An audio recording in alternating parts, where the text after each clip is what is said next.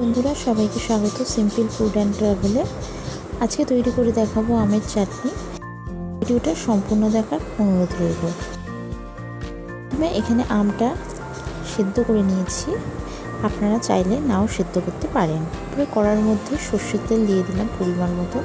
তেলটা একটু নাড়াচাড়া করে গরম হলে তেলের মধ্যে দিয়ে দিলাম সামান্য সর্ষে আর একটা শুকনো লঙ্কা ভেঙে। সর্ষে আর শুকনো লঙ্কাটাকে 2 মিনিট ভাজার পরে সেদ্ধ করে রাখা আমটা দিয়ে দিলাম, দিয়ে একটু ভালো করে নাড়াচাড়া করে নিচ্ছি। আপনারা যারা চ্যানেলে নতুন ভিডিও দেখছেন অবশ্যই চ্যানেলটি সাবস্ক্রাইব করে দেবেন।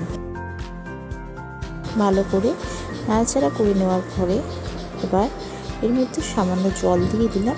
আপনারা যেই পরিমাণে রাখতে চান সেই পরিমাণে জলটা ব্যবহার করবেন।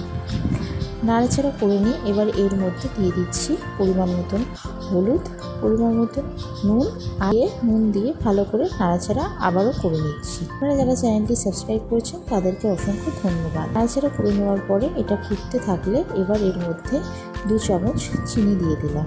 এটা অবশ্যই আপনাদের ইচ্ছা মতন দেবেন। দিয়ে ভালো করে নাড়াচাড়া করে নিয়ে নামিয়ে রেখে দেবো। এখানে আমের চাটনি তৈরি হয়ে গেছে। আপনাদের ভিডিওটা কেমন লাগলো অবশ্যই জানাবেন। প্লিজ সাবস্ক্রাইব করে দেবেন, পাশে থাকা বেল আইকনেও ক্লিক করে দেবেন যাতে সবার আগে আপনার কাছে নোটিফিকেশন গিয়ে পৌঁছায়।